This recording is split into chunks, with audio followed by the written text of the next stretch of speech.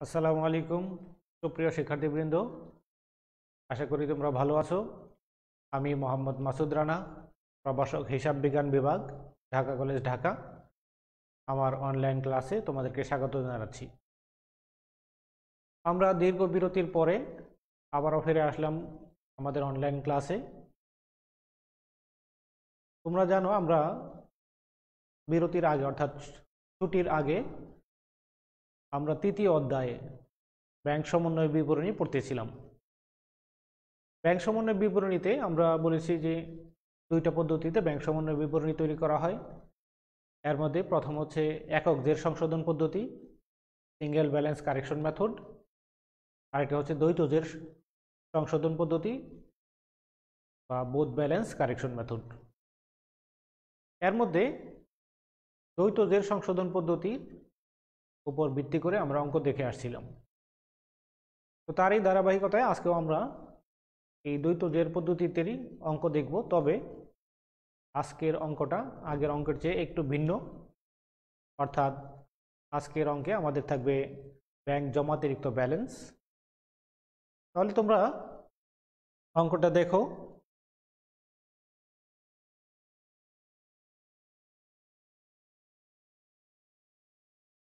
এখানে আছে 2016 সালের 30শে জুন তারিখে ফাহাদ খানের ব্যাংক সমন্বয় বিবরণী সংক্রান্ত তথ্যাবলী নিম্নরূপ। ব্যাংক বিবরণী অনুযায়ী ব্যাংক জমাতিরিক্ত 52,970 টাকা, নগদান বই অনুযায়ী ব্যাংক জমাতিরিক্ত 22,500 টাকা। তাহলে এর আগের যত আমরা ক্লাস নিয়েছি এবং যেগুলো অঙ্ক প্র্যাকটিস করেছি, সেইখানে আমাদের ব্যাংক বিবরণী অনুযায়ী ব্যাংক জমা ছিল এবং নগদান বই অনুযায়ী আমাদের নগদের জমা ছিল, ব্যাংকে জমা ছিল। কিন্তু এখানে আমাদের ব্যাংক বিবরণী অনুযায়ীও আমাদের ব্যাংক জমাতিরিক্ত, অর্থাৎ আমরা যত টাকা ব্যাংকে জমা দিয়েছি তার চেয়ে অধিক টাকা উত্তোলন করেছি। অর্থাৎ আমাদের ব্যাংকে এখন যে টাকা আসলে জমা টাকা নেই, বরং দায় আছে। তারপর আরও কিছু দেওয়া আছে যে ব্যাংক কর্তৃক প্রদেয় বিল পরিশোধ 5,000 টাকা, কিন্তু নগদান বইতে লেখা হয়নি। পাওনাদারের অনুকূলে 15,000 টাকার দুইটি চেক ইস্যু করা হয়েছিল, কিন্তু ব্যাংকে উপস্থাপন করা হয়নি। এইভাবে আরও কিছু সমন্বয় দেওয়া আছে। আমাদের রিকোয়ারমেন্ট নগদানভুক্ত হবে তার পরিমাণ নির্ণয় করো, দ্বৈত জের পদ্ধতিতে ব্যাংক সমন্বয় বিবরণী প্রস্তুত করো এবং প্রয়োজনীয় যাবে দেখাও। তাহলে এখানে দেখো তিনটা রিকোয়ারমেন্ট। রিকোয়ারমেন্ট ক, খ এবং গ। এই তিনটা রিকোয়ারমেন্টের মধ্যে ক যদিও প্রথম রিকোয়ারমেন্ট, কিন্তু এইটা আমরা একটু পরে দেখব, অর্থাৎ দ্বিতীয় নাম্বারে দেখব। আমরা খর নাম্বার রিকোয়ারমেন্ট যেটা দ্বিতীয় নাম্বারে, সেটা আমরা প্রথমে দেখব। তাহলে প্রথমে দেখো যে ব্যাংক বিবরণী অনুযায়ী ব্যাংক জমাতিরিক্তের ব্যালেন্স 52,970 টাকা। তাহলে ব্যাংক তার হিসাব অনুযায়ী বলতেছে যে তারা আমাদের কাছে 52,970 টাকা পায়, অর্থাৎ আমরা যত টাকা ব্যাংকে জমা দিয়েছি তার চেয়ে 52,970 টাকা বেশি উত্তোলন করেছি। তাহলে ব্যাংক জমাতিরিক্ত। আর নগদান বই অনুযায়ী ব্যাংক জমাতিরিক্ত হচ্ছে 22,500 টাকা। তো আমাদের হিসাব অনুযায়ী ব্যাংক জমাতিরিক্তের ব্যালেন্স হচ্ছে 22,500। তাহলে আমাদের হিসাব অনুযায়ী হচ্ছে 22,500। তাহলে ব্যাংক বলতেছে আমাদের অতিরিক্ত উত্তোলন 52,970, আর আমাদের হিসাব অনুযায়ী অতিরিক্ত উত্তোলন হচ্ছে 22,500। এই যে দুইজনের মধ্যে অসমন্বয়, তাহলে এই সমন্বয় করার জন্যই আমাদের ব্যাংক সমন্বয় বিবরণী। তাহলে আমরা খ নাম্বার রিকোয়ারমেন্টে দেখব।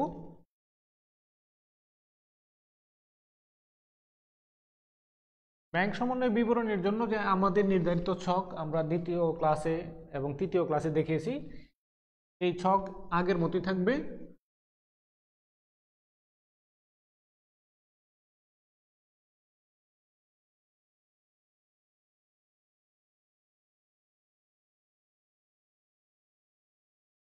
বিবরণ,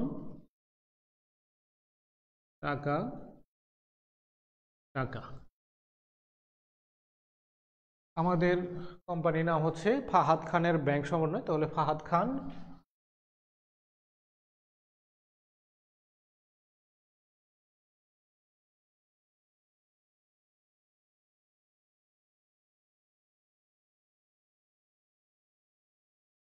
ব্যাংক সমন্বয় বিবরণী তারিখ হচ্ছে 16 ডিসেম্বর 30শে জুন 2016।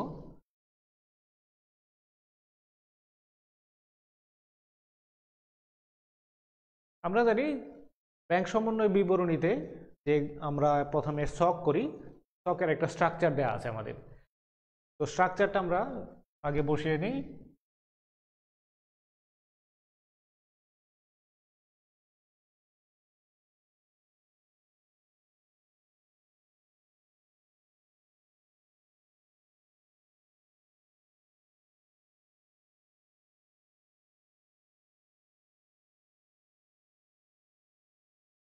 ব্যাংক বিবরণী অনুযায়ী ব্যাংক জমা 52,970, এর সাথে যোগ কিছু আইটেম বিয়োগ আর সংশোধিত ব্যালেন্স।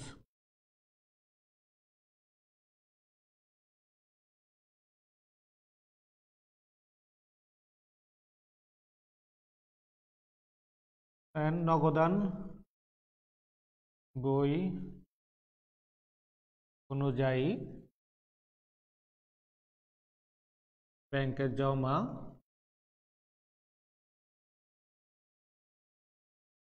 22,500। দেন এটার সাথে কিছু আইটেম আমাদের যোগ হবে, কিছু আইটেম বিয়োগ হবে, এর সাথে আমরা সংশোধিত উদ্ধৃত পাবো।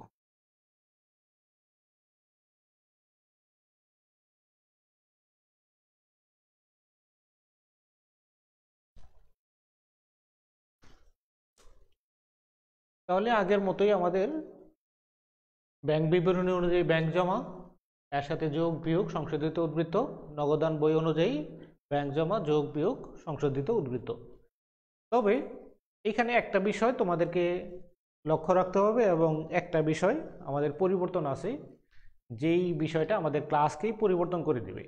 এটা হচ্ছে আমাদের অঙ্কে দেয়া আছে ব্যাংক বিবরণী অনুযায়ী ব্যাংক জমাতিরিক্ত 52,970, কিন্তু আমরা লিখছি ব্যাংক বিবরণী অনুযায়ী ব্যাংকের জমা। তাহলে আমরা আছে ব্যাংক জমাতিরিক্ত, কিন্তু আমরা লিখছি ব্যাংকের জমা। তাহলে ব্যাংকের জমা এইটা আসলে একটা সম্পদ বোঝায় সাধারণত, এবং সেটা পজিটিভ ফিগার। আর ব্যাংক জমাতিরিক্ত এটা আমার দায়। এখন ব্যাংক জমাতিরিক্তকে যদি আমি ব্যাংকের জমা লিখি, তাহলে জিনিসটা কিন্তু আমি উল্টা লিখলাম। আমি দায়কে সম্পদ হিসাবে লিখলাম। ছিল ব্যাংক জমাতিরিক্ত, আমি লিখছি ব্যাংক জমা। আর যদি ব্যাংকে জমাই লিখি আমি, আসলে এটা হওয়া উচিত নেগেটিভ ফিগার, যে অর্থাৎ আমার ব্যাংক জমা কোনো জমা টাকা নাই, বরং জমার চেয়ে অতিরিক্ত আরও 52,970 টাকা আমি উত্তোলন করছি ব্যাংকের হিসাব অনুযায়ী। তাহলে এটাকে নেগেটিভ অর্থাৎ ব্রেকেটে দেওয়া উচিত, কিন্তু আমি ব্রেকেটে দেই নাই। তাহলে এইখানে তাহলে দেখো আমরা বিষয়টা কিন্তু সম্পূর্ণ উল্টা লিখছি। ছিল জমাতিরিক্ত, লিখছি জমা। এখানেও আমাদের নগদান বই অনুযায়ী ব্যাংকে আমার জমাতিরিক্ত আছে 22,500 টাকা, কিন্তু আমি এখানে লিখছি ব্যাংকে জমা আছে 22,500। এখানেও কিন্তু আমি উল্টা লিখছি। তাহলে আমরা শুরুতেই কিন্তু জমাতিরিক্তটাকে জমা লিখছি, তার মানে উল্টা লিখছি। তার মানে আমার অঙ্ক যাবতীয় যত কিছু করব আজকে কিন্তু সব উল্টা করব। এটা আমার মাথায় রাখতে হবে যে আমরা প্রথমেই জমাতিরিক্তকে জমা লিখছি, তার মানে উল্টা লিখছি। আজকে যত সমন্বয় করা হবে সব সমন্বয় উল্টা সমন্বয় হবে। কিভাবে হবে সেটা আমরা দেখব। তাহলে আমাদের অঙ্কে এখন দেখো কি আছে। 1 নাম্বার আমরা লিখলাম অতিরিক্তটাকে জমা হিসাবে লিখলাম। 2 নম্বরে আছে ব্যাংক কর্তৃক প্রদেয় বিল পরিশোধ 5,000 টাকা, কিন্তু নগদান বইতে লেখা হয়নি।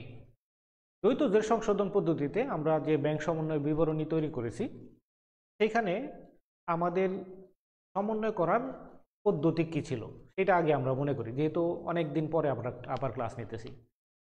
দ্বৈতজের পদ্ধতিতে ব্যাংক সমন্বয় বিবরণী করার জন্য 1 নম্বর হচ্ছে এখানে আমরা দুইটা পক্ষ, একটা হচ্ছে আমাদের নিজেদের নগদান বই, আরেকটা হচ্ছে ব্যাংকের হিসাব। যদি ব্যাংকে রেকর্ড করা হয়েছে কিন্তু নগদান বইতে রেকর্ড করা হয় নাই, যদি এরকম কেস থাকে তাহলে আমরা রেকর্ড করব কোথায়? নগদান বইতে। আবার যদি নগদান বইতে রেকর্ড করা হয়েছে কিন্তু ব্যাংক হিসাবে বা ব্যাংক বিবরণীতে হিসাব করা হয় নাই, রেকর্ড করা হয় নাই, তাহলে আমরা রেকর্ড করব কোথায়? ব্যাংক বিবরণীতে। অর্থাৎ এক পক্ষ রেকর্ড করছে আরেক পক্ষ রেকর্ড করে নাই, এরকম সিচুয়েশন থাকলে আমরা যেই পক্ষ রেকর্ড করে নাই সেই পক্ষে রেকর্ড করব। এটা হলো 1 নম্বর কথা। 2 নম্বর, আমার ব্যাংক সমন্বয় বিবরণীতে আমরা এতদিন যেটা আগে করছি সেটার কথা আমরা আলোচনা করতেছি, যে নগদান বইতে যোগ করা হয়েছে, ব্যাংক বিবরণীতে যোগ করা হয় নাই, তাহলে মিলানোর জন্য আমরা কি করব? ব্যাংক বিবরণীতে যোগ করে দেব। নগদান বইতে বিয়োগ করা হয়েছে কিন্তু ব্যাংক বিবরণীতে বিয়োগ করা হয় নাই, তাহলে মিলানোর জন্য ব্যাংক বিবরণীতে এখন বিয়োগ করব। এইভাবে আমাদের যেই পক্ষে রেকর্ড করা হয় নাই সেই পক্ষে রেকর্ড করব, আর যেই পক্ষে রেকর্ড করা হয়েছে সেই পক্ষে যদি যোগ করা হয়ে থাকে, যেই পক্ষে রেকর্ড করা হয়নি ওই পক্ষে যোগ করব, যে পক্ষে রেকর্ড করা হয়েছে ওইখানে যদি বিয়োগ করা হয়ে থাকে, যেই পক্ষে রেকর্ড করা হয় নাই সেই পক্ষে বিয়োগ করব, তাহলে মিলা যাবে। এটা ছিল আমাদের দ্বৈত জের পদ্ধতিতে ব্যাংক সমন্বয় বিবরণী করার ফর্মুলা। আচ্ছা, এই ফর্মুলাটা আমরা মাথায় রাখব, তবে যেহেতু আমরা এখানে শুরুতেই উল্টা লিখছি, আমরা ফর্মুলাটাকে তারপরে উল্টাই দেব। আচ্ছা, 2 নম্বর, ব্যাংক কর্তৃক প্রদত্ত প্রদেয় বিল পরিশোধ 5,000 টাকা কিন্তু নগদান বইতে লেখা হয়নি। আমরা এই উল্টা চিন্তা করব না, আগে আমাদের স্বাভাবিক চিন্তা করি যে ব্যাংক কর্তৃক প্রদেয় বিল পরিশোধ 5,000 টাকা, তাহলে ব্যাংক টাকা পরিশোধ করে দিছে, ব্যাংকের বইতে কমাই দিছে, কিন্তু নগদান বইতে লেখা হয়নি, তাহলে নগদান বইতে লিখতে হবে। তাহলে এক পক্ষ রেকর্ড করছে আরেক পক্ষ রেকর্ড করে নেই, আরেক পক্ষ রেকর্ড করতে হবে, এতটুকু আমরা বুঝতে পারলাম। সরি,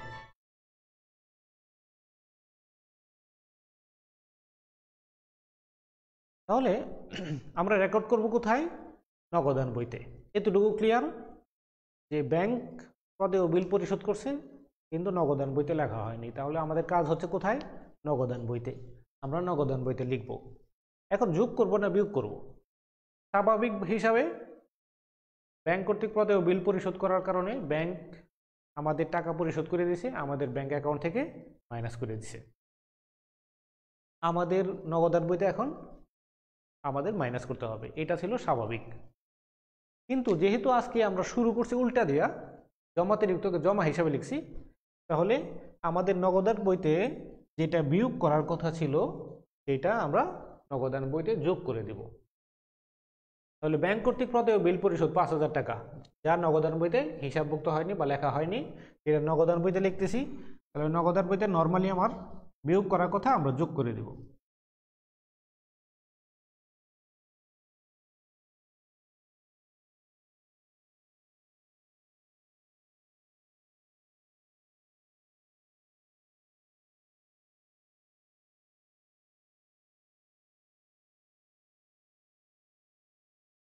তাহলে আমরা চিন্তা করব স্বাভাবিক নিয়মে, তাহলে স্বাভাবিক নিয়মে যেই বইয়ে হিসাব করার কথা সেই বইয়েই হিসাব করব। যে নগদান বইয়ে হিসাব করার কথা হলে নগদান বইয়ে হিসাব করব, ব্যাংকের বইয়ে হিসাব করা হলে ব্যাংকের বইয়ে হিসাব করব। তবে স্বাভাবিক নিয়মে নগদান বইয়ে যেটা যোগ করার কথা ব্যাংক জমাতিরিক্ত এর হিসাবের ক্ষেত্রে, সেটা নগদান বইতে বিয়োগ।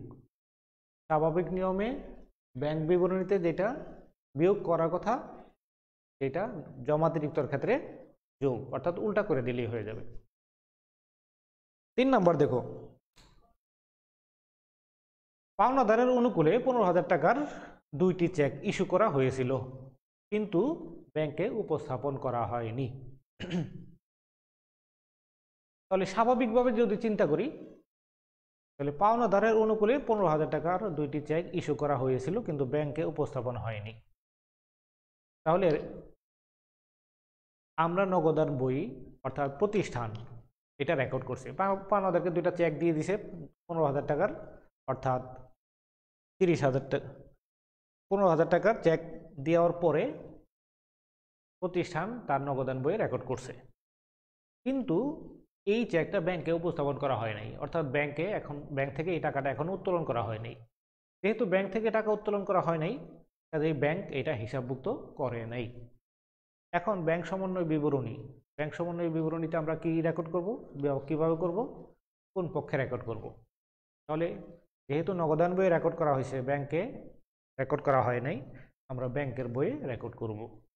এখন ব্যাংকের বইয়ে কিভাবে রেকর্ড করব, ব্যাংকে কি আমি যোগ করব না বিয়োগ করব।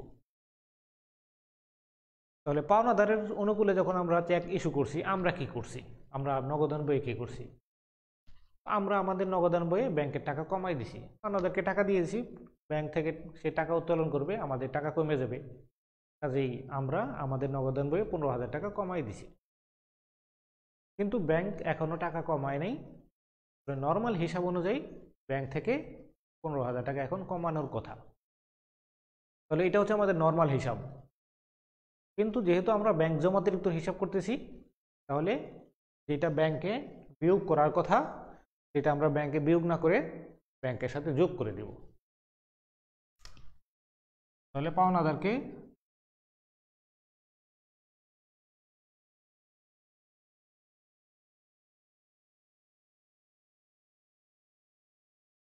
প্রদত্ত চেক,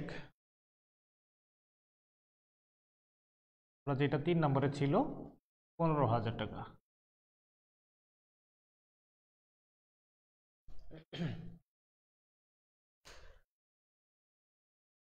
তো অনেকের কাছে আজকে এই ক্লাসটা একটু এলোমেলো রাখতে পারে, যে আমরা আগে যেটা হিসাব করে আসছি, যেটা বুঝে আসছি, আজকে সবকিছু উল্টা করা হইতেছে। এই জন্য তোমরা জিনিসটা ধরতে পারতেছো কিনা, বুঝতে পারতেছো কিনা।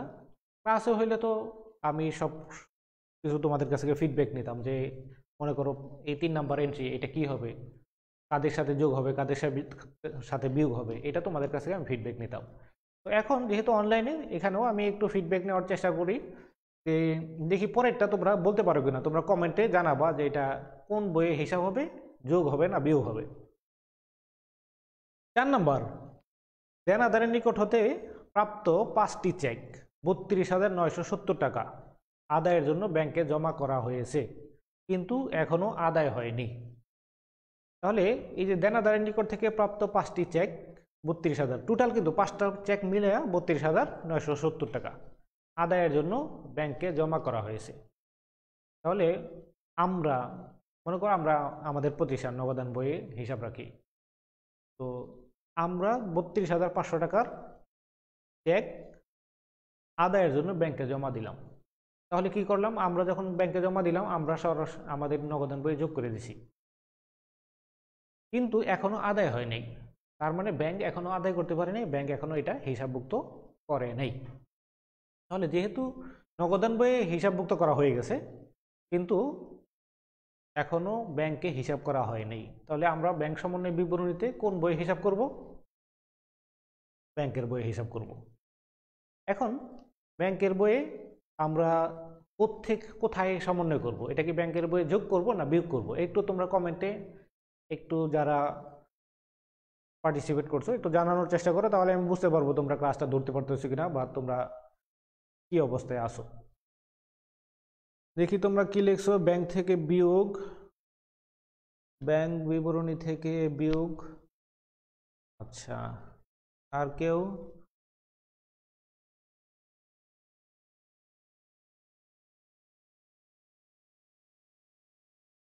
তো যারা পার্টিসিপেট করছো সবাই একটু কমেন্ট করার চেষ্টা করো, তাহলে আমি বুঝতে পারবো তোমরা ক্লাস আমাদের সাথে চলতে পারতেছো কিনা।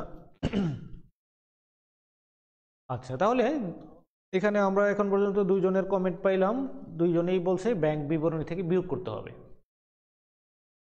তাহলে দেখি আমরা যে দেনাদারের নিকট থেকে আমরা 5টা চেক পাইলাম, এই 5টা চেক 32,970 টাকা আমরা ব্যাংকে জমা দিলাম। তো ব্যাংকে যখন জমা দিছি, আমরা নগদান বইতে যোগ করে দিছি, আর ব্যাংক এই টাকা কালেকশন করে আমাদের অ্যাকাউন্টে যোগ করে দিবে, এইটাই হওয়ার কথা। কিন্তু তারা এখনো আদায় করে নেই, এখনো যোগ করে নেই। তাহলে নর্মাল হইলে আমরা কি করতাম, ব্যাংকের সাথে যোগ করে দিতাম। কিন্তু যেহেতু আজকে ব্যাংক জমাতিরিক্ত হিসাব নিয়ে করতেছি, এই জন্য আজকে ব্যাংক থেকে বিয়োগ করে দেব। যারা 2 জন কমেন্ট দিছো তারা 2 জনেই সঠিক দিছো, তোমাদেরকে ধন্যবাদ। তাহলে আমরা লিখব দেনাদারের নিকট থেকে প্রাপ্ত চেক, আচ্ছা, ব্যাংকে জমাকৃত চেক যা আদায় হয়নি ৩২,৯৭০ টাকা। তাহলে ব্যাংক জমা অতিরিক্ত থাকলে আমরা চিন্তা করব জমার মতো স্বাভাবিক, আর কাজ করব উল্টা। সাধারণ থাকলে যেখানে যোগ করার কথা ওখানে বিয়োগ করে দেব, আর যেখানে বিয়োগ করার কথা সেখানে যোগ করে দেব। তারপর ব্যাংক কর্তৃক ৫ নম্বর, ব্যাংক কর্তৃক ১০,০০০ টাকার প্রাপ্য বিল আদায় হয়েছে কিন্তু নগদান বইতে লেখা হয়নি। তাহলে আদায় করছে কে? ব্যাংক। ব্যাংক আদায় করে ব্যাংকে রেকর্ড করছে, লেখা হয়নি কোথায়? নগদান বই। তাহলে আমরা লিখব কোথায়? নগদান বই। তাহলে আমাদের কাজ হচ্ছে নগদান বইয়ে লেখা। এখন নগদান বইয়ে যোগ করব না বিয়োগ করব, এই প্রশ্ন। তাহলে ব্যাংক কর্তৃক ১০,০০০ টাকার প্রাপ্য বিল আদায়, ব্যাংক আদায় করছে, আমাদের ব্যাংক হিসাবে যোগ করে দিছে। আমরা নগদান বইয়ে নর্মাল হইলে যোগ করে দিতাম, তাহলে মিলে যেত। ব্যাংক যোগ করছে, নগদান বইয়ে যোগ। কিন্তু যেহেতু জমাতিরিক্ত হিসাব, এই জন্য নগদান বইয়ে আমরা কি করব? বিয়োগ করে দেব, উল্টা করে দেব। তাহলে ব্যাংক কর্তৃক আদায়কৃত বিল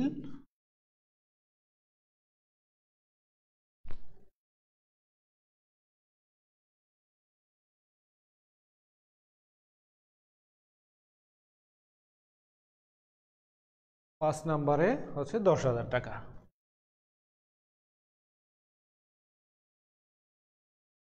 দেন ৬ নম্বর, নগদ ব্যাংক জমাতিরিক্ত সুদ ৫০০ টাকা ধার্য করা হয়েছে যা নগদানভুক্ত হয়নি। তাহলে ব্যাংক জমাতিরিক্ত সুদ, আমাদের ব্যাংকে জমা থাকলে ব্যাংক আমাদেরকে সুদ দেয়। আর যদি ব্যাংক জমাতিরিক্ত থাকে তাহলে ব্যাংক জমাতিরিক্ত সুদ ব্যাংক আরও কর্তন করে। তাহলে ব্যাংক জমাতিরিক্ত সুদ এইটা ব্যাংকের কাছে আমার দায়। তাহলে ব্যাংক কি করছে? ব্যাংক জমাতিরিক্ত সুদ আমাদের অ্যাকাউন্ট থেকে সে কর্তন করছে। আমাদের নগদান বইতে এটা কর্তন করার কথা, আমাদের নগদান বই থেকে বিয়োগ করার কথা, কিন্তু আমরা বিয়োগ করি নাই। তাহলে নর্মাল হিসাব হলে ব্যাংক জমাতিরিক্ত সুদ আমরা আমাদের নগদান বই থেকে বিয়োগ করে দিতাম, কিন্তু যেহেতু এটা জমাতিরিক্ত হিসাব, কাজে এখন নগদান বইয়ে এই সুদের টাকা আমরা যোগ করে দেব। কত টাকা? ৫০০ টাকা।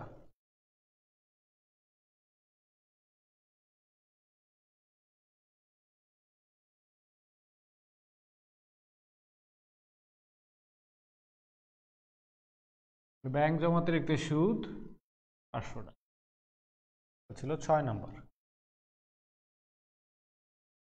তাহলে এখানে আমাদের ৬টা সমন্বয় ছিল, ৫টা সমন্বয় ছিল। প্রথমে ১ নম্বরে ছিল আমাদের ২টা ব্যালেন্স দেওয়া ছিল, ব্যাংক বিবরণী অনুযায়ী ব্যাংক জমাতিরিক্তের ব্যালেন্স এবং নগদান বই অনুযায়ী ব্যালেন্স দেওয়া ছিল, আর বাকি ৫টা সমন্বয় দেওয়া ছিল। এগুলো আমরা সমন্বয় করলাম, এখন যোগ বিয়োগ করে দেখব আমার ব্যালেন্স মিলে কিনা। তাহলে এখানে ১৫,০০০ একটা আইটেম, তাহলে ১৫,০০০ টাকা আমরা এখানে যোগ করে দিলাম। ৫২ আর ১৫ ৬৭,৯৭০ টাকা। এখানে একটা আইটেম ৩২,৯৭০ টাকা। যদি বিয়োগ করি তাহলে ৭০,৯, ২ আছে ৭ হবে, ৫ হলে, আর ৩ আছে ৬ হবে, ৩ হলো ৩৫,০০০ টাকা। তাহলে সংশোধিত উদ্বৃত্ত হচ্ছে আমাদের এখন ৩৫,০০০ টাকা এখানে আমরা পাইলাম। এখন এই পাশে আমরা যোগ বিয়োগ করে দেখি, ছিল ২২,৫০০, এর সাথে ৫,৫০০ আমরা যদি যোগ করি তাহলে ২২ আর ৫ ২৭,০০০, আর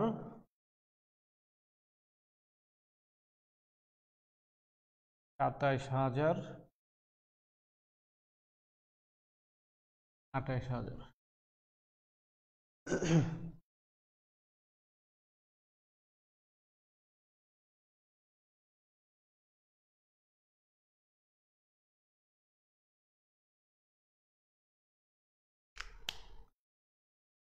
আচ্ছা,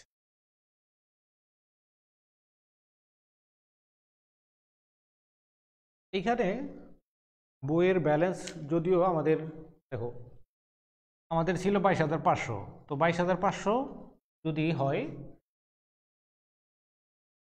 এখান থেকে 10,000 মাইনাস করলে আমাদের থাকতো হচ্ছে 18,000। তো আমার এখানে ব্যালেন্স আছে 35,000, এখানে ব্যালেন্স হলো 18,000, কিন্তু আমার তো দুইটা ব্যালেন্স এক হওয়ার কথা সংশোধিত উদ্বৃত্ত। তো এই ব্যালেন্সটা আসলে বইয়ের আমাদের ইয়ের মধ্যে অনুশীলনীতে এটা ভুল দেওয়া আছে 22,500। 22,500 আমাদের অনুশীলনীতে দেওয়া আছে এবং প্রয়োজনীয় যত সমন্বয় দেওয়া আছে আমরা সমন্বয় করলাম, কিন্তু আমাদের কিন্তু সংশোধিত ব্যালেন্স দুইটা এক হয় নাই। এখন যদি মনে করো বোর্ড প্রশ্নে এরকম থাকে, তো এখন তোমার প্রশ্নে যা দেওয়া থাকবে তোমাকে তো তাই করতে হবে, তুমি তো নতুন করে প্রশ্ন তখন সংশোধন করতে পারবে না। কিন্তু আসলে এই প্রশ্নটার এই ব্যালেন্সটা ভুল দেওয়া আছে। এই প্রশ্নটার এই ব্যালেন্সটা হবে আসলে 39,500 টাকা। 39,500, 39,500 ব্যালেন্স হলে তখন আমাদের এই ব্যালেন্সটা মিলবে। আমরা এখন 39,500 দিয়ে করি, 39 আর 5 44,000, 45,000, এখান থেকে 10,000 মাইনাস করলে আমাদের থাকবে 35,000।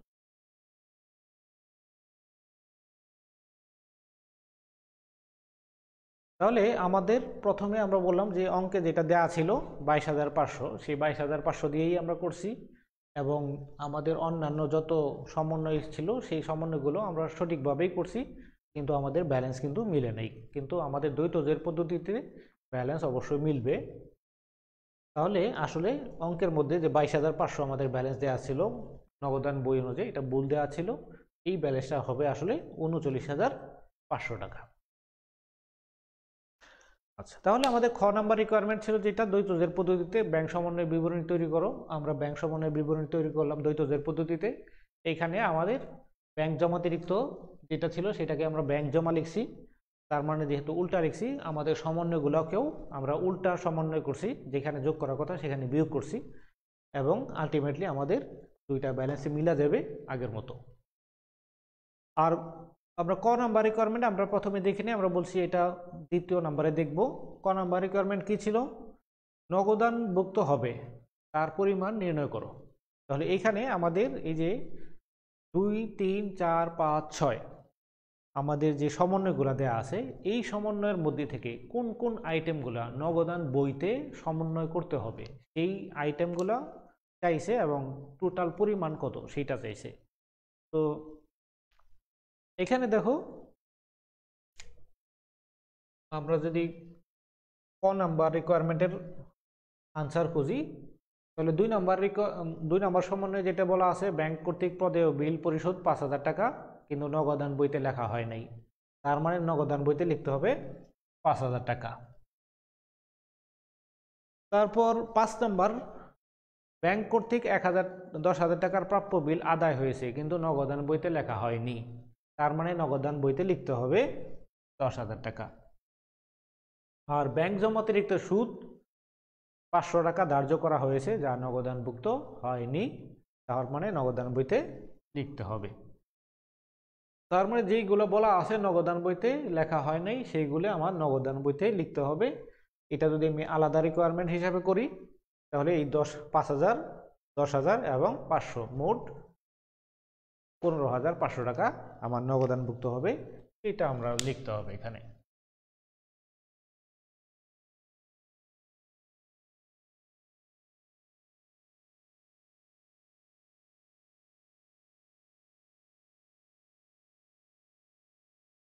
তাহলে ক নাম্বার রিকোয়ারমেন্ট যদি আমরা প্রথমে করতাম তাহলে কিভাবে করতাম?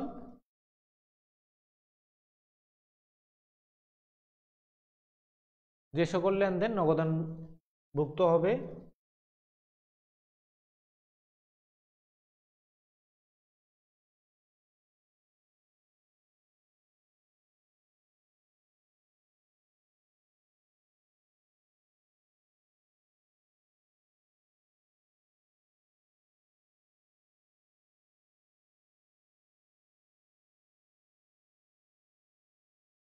তার বিবরণ।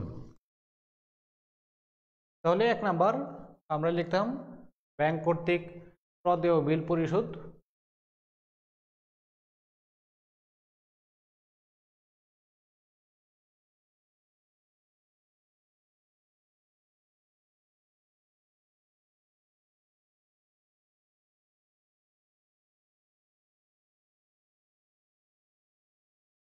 ৳৫,০০০। 2 নম্বরে লিখতাম 5 নাম্বার এন্ট্রি ব্যাংক কর্তৃক প্রাপ্য বিল আদায়।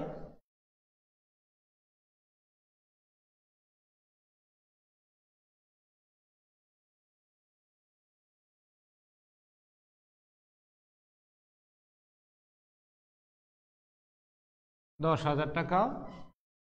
এবং 3 নাম্বার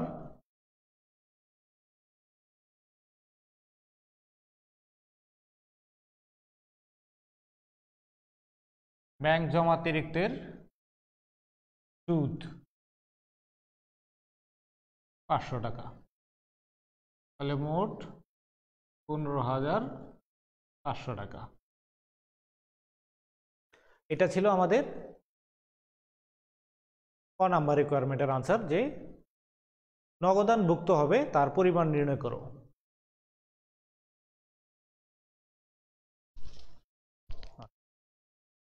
ক নাম্বার আমরা দ্বৈত জের পদ্ধতিতে ব্যাংক সমন্বয় বিবরণী তৈরি করলাম। 3 নাম্বার বা গ নাম্বার রিকোয়ারমেন্ট ছিল প্রয়োজনীয় জাবেদা দাখিলা দেখাও।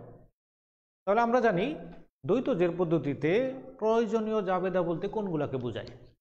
আমরা এখানে কিন্তু কিছু সমন্বয় করছি ব্যাংক বিবরণীর সাথে, কিছু সমন্বয় করেছি আমরা নগদান বইতে। তাহলে এখানে প্রয়োজনীয় জাবেদা বলতে আমরা শুধু নগদান বইতে যে সকল জাবেদা করেছি বা নগদান বইতে যে সকল সমন্বয় করেছি তার জন্য জাবেদা দাখিলা দিতে হবে। তাহলে নগদান বইতে আমরা সমন্বয় করছি এই 3টাই বা এই যে 3টা, তাহলে আমাদেরকে জাবেদা দিতে হবে এই 3টার জন্য।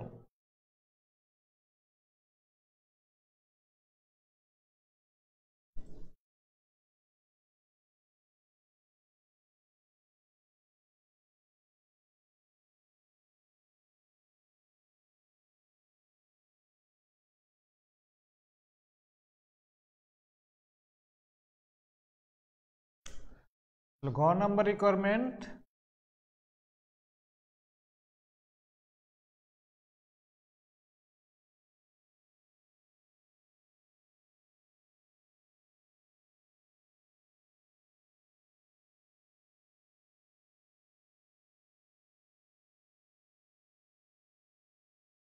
ফাহাদ খান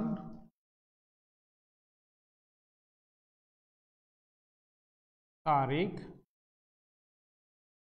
বিবরণ খতিয়ান পৃষ্ঠা ডেবিট টাকা ক্রেডিট টাকা।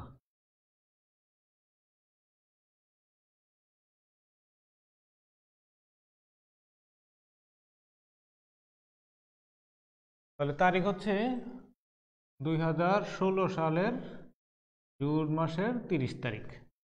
যেহেতু ব্যাংক সমন্বয় বিবরণী আমাদের করতেছি 2016 সালের জুন মাসের 30 তারিখ, কাজেই আমাদের জাবেদার তারিখ হবে 2016 সালের জুন মাসের 30 তারিখ।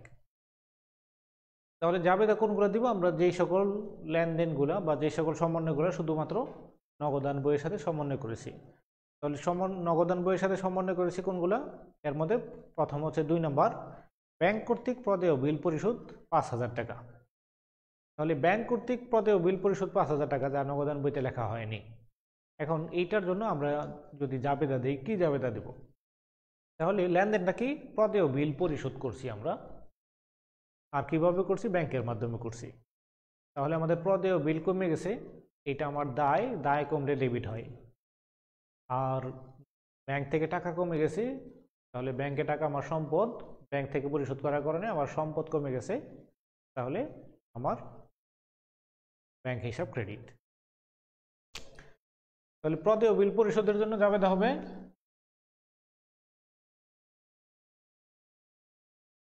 প্রদেয় বিল হিসাব ডেবিট 5,000 টাকা আর ব্যাংক হিসাব ক্রেডিট।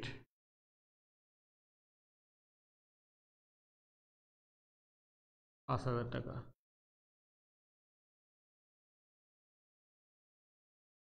যেহেতু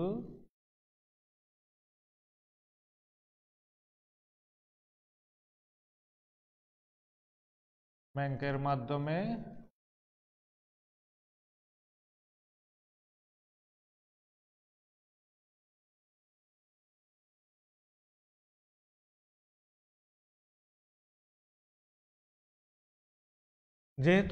মাধ্যমে প্রদেয় বিল পরিশোধ করা হলো। তোমরা জানো যদি জাবেদা দেওয়া হয় জাবেদার ব্যাখ্যা দিতে হয়, সেটা যে কোনো জায়গায় হোক, সাধারণ জাবেদা হোক অথবা এই ব্যাংক সমন্বয় বিবরণীতে হোক, যদি উল্লেখ থাকে যে ব্যাখ্যার প্রয়োজন নেই তখনই শুধুমাত্র ব্যাখ্যা দেওয়ার প্রয়োজন নেই। আর যদি কিছু বলা না থাকে তাহলে আমি জাবেদা দেওয়া মানে সাথে ব্যাখ্যা দিতে হবে। তাহলে আমি প্রদেয় বিল পরিশোধ করা হলো 5,000 টাকা ব্যাংকের মাধ্যমে, আমরা জাবেদা দিলাম প্রদেয় বিল হিসাব ডেবিট, ব্যাংক হিসাব ক্রেডিট, যেহেতু ব্যাংকের মাধ্যমে প্রদেয় বিল পরিশোধ করা হলো। তারপর 5 নাম্বার, ব্যাংক কর্তৃক 10,000 টাকা প্রাপ্য বিল আদায় হয়েছে কিন্তু নগদান বইতে লেখা হয়নি। যেহেতু এটা নগদান বই আমরা অ্যাডজাস্টমেন্ট দিয়েছি তাহলে আমাদেরকে জাবেদা দিতে হবে। তাহলে প্রাপ্য বিল আদায়, প্রাপ্য বিল আমার একটা সম্পদ, আমরা আদায় করলাম কিভাবে? ব্যাংকের মাধ্যমে। তাহলে আমাদের ব্যাংকে টাকা বৃদ্ধি পাইল, তাহলে ব্যাংকে টাকা বৃদ্ধি পাইলে ব্যাংক ডেবিট। আর প্রাপ্য বিল আমার সম্পদ, আমার হ্রাস পাইল, তবে প্রাপ্য বিল বা সম্পদ হ্রাস পাইলে ক্রেডিট হয়, প্রাপ্য বিল হিসাব ক্রেডিট। তাহলে ব্যাংক হিসাব ডেবিট,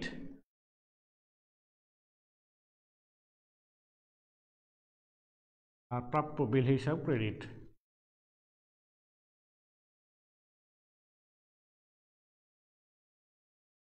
$10,000 টাকা।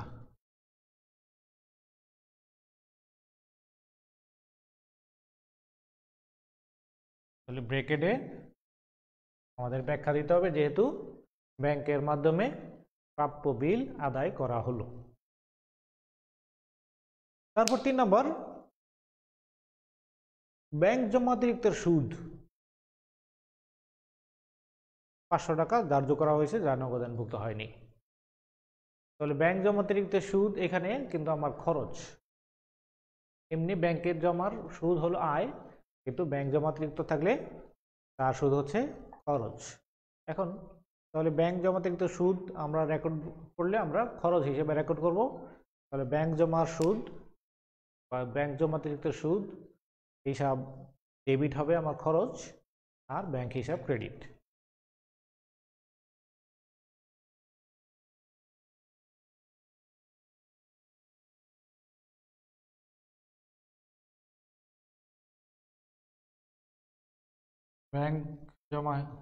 ব্যাংক সুদ হিসাব ডেবিট,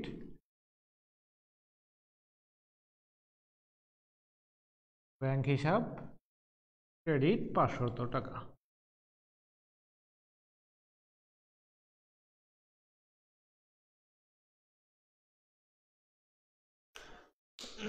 তাহলে এই ছিল আমাদের সৃজনশীল উদাহরণ 23 নম্বরে যে একটা অঙ্ক দেওয়া ছিল, আমাদের নগদানভুক্ত হবে তার পরিমাণ নির্ণয় করো, দ্বৈত জের পদ্ধতিতে ব্যাংক সমন্বয় বিবরণী তৈরি করো এবং প্রয়োজনীয় জাবেদা দাখিলা দেখাও। তাহলে দ্বৈত জের পদ্ধতিতে আমরা নর্মাল ব্যালেন্স থাকলে কিভাবে অঙ্ক করতে হবে সেটা আমরা গত ক্লাসগুলোতে দেখেছি, আর যদি ব্যাংক জমাতিরিক্ত ব্যালেন্স দেওয়া থাকে তাহলে কিভাবে অঙ্ক করতে হবে সেটা আমরা আজকে দেখলাম। এরপরের ক্লাসগুলোতে আমরা একক জের সংশোধন পদ্ধতিতে কিভাবে ব্যাংক সমন্বয় বিবরণী করতে হয় সেই বিষয়গুলো দেখব। তাহলে আজকে এই পর্যন্তই, তোমরা নিয়মিত প্র্যাকটিস করবা, কারণ তোমরা জানো যে এই যে অনলাইন ভিত্তিক ক্লাস হচ্ছে, এই অনলাইন ভিত্তিক ক্লাস এটাই কিন্তু তোমাদের ফাইনাল ক্লাস। এইটার উপর ভিত্তি করেই তোমাদেরকে মূল্যায়ন করা হবে। তোমাদের সিটি পরীক্ষা তোমরা দিয়েছো কয়েকদিন আগে, তোমাদের সেকেন্ড সিটি পরীক্ষা আবার হয়তো কিছুদিন পরেই হবে। তোমরা জানো ঢাকা কলেজে কিন্তু আমাদের পাস মার্ক হচ্ছে 50%, অর্থাৎ তুমি যদি ইয়ার ফাইনাল পরীক্ষায় 50% মার্ক না পাও তাহলে কিন্তু সেকেন্ড ইয়ারে উঠতে পারবে না। আর সেই 50% মার্ক কাউন্ট করা হবে প্রত্যেক সিটি থেকে, আমরা মার্ক নিব এবং ইয়ার ফাইনাল পরীক্ষা থেকেও নিব। কাজেই প্রত্যেকটা সিটি তোমাদের ফাইনাল পরীক্ষার মতো। এবং 40% মার্ক পাওয়া বা 33% মার্ক পাওয়া অনেক ইজি, কিন্তু 50% মার্ক পাওয়া কিন্তু একটু কঠিন। এই জন্য নিয়মিত পড়াশোনা করতে হবে, নিয়মিত প্র্যাকটিস করতে হবে, যাতে পরবর্তীতে সমস্যা না হয়। এছাড়াও আমি তোমাদের একটা জুম ক্লাস নিয়েছিলাম তোমাদের সমস্যা সলভ করার জন্য। আমি চেষ্টা করব এই চ্যাপ্টার শেষ হয়ে গেলে তারপরে আবার আরেকটা জুম ক্লাস নিয়ে তোমাদের প্রবলেমগুলো সলভ করার জন্য। কারণ যেহেতু ফিজিক্যালি তোমরা খুব একটা কোশ্চেন করার সুযোগ পাচ্ছ না, আমরা জুম মিটিংয়ের মাধ্যমে চেষ্টা করব তোমাদের সমস্যাগুলো সমাধান করার জন্য। আজকে এই পর্যন্তই, দেখা হবে আগামীতে। আসসালামু আলাইকুম ওয়া রাহমাতুল্লাহ।